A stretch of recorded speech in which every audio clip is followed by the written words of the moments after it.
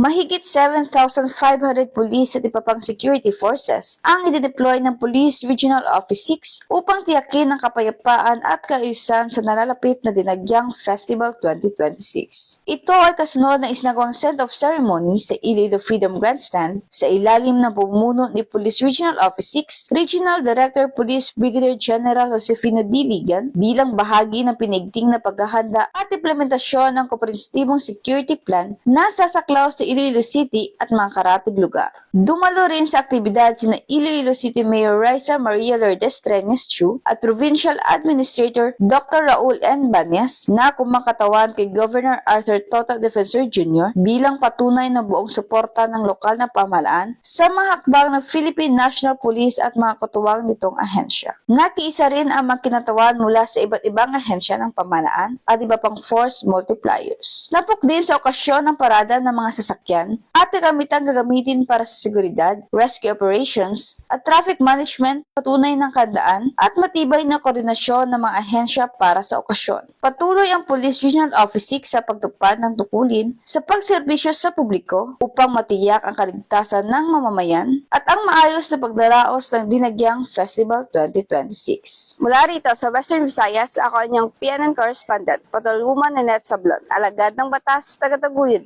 ng Balitang Pulis.